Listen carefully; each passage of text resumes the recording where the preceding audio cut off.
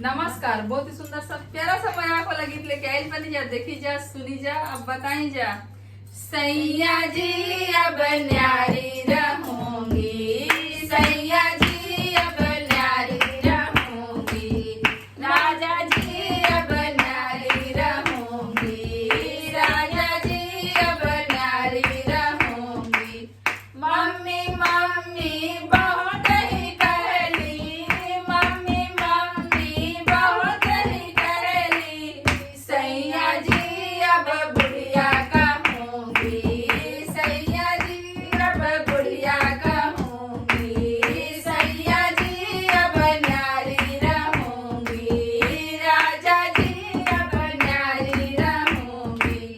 भाभी भाभी बहुत ही कहली, भाभी भाभी बहुत ही कहली, सैया जी अब जेठनिया कहूंगी, सैया जी अब जेठनिया कहूंगी, सैया जी अब न्यारी रहूंगी, राजा जी अब न्यारी रहूंगी। दीदी दीदी बहुत ही कहली, दीदी दीदी बहुत ही कहली, सैया जी छिपे कलिया कहूंगी, सैया जी छिपे कलिया कहूंगी, सैया जी अब न्यारी रहूंगी, राजा जी अब न्यारी रहूंगी।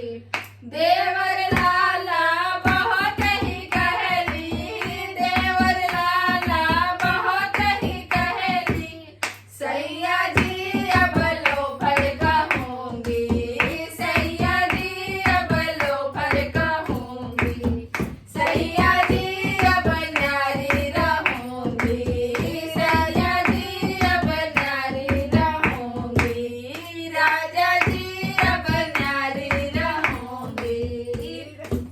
धन्यवाद। गाना अच्छा लगे तो वीडियो के शेयर करी जा, लाइक करी जा और चैनल पर नया बनी जा तो सब्सक्राइब जरूर करी जा। धन्यवाद।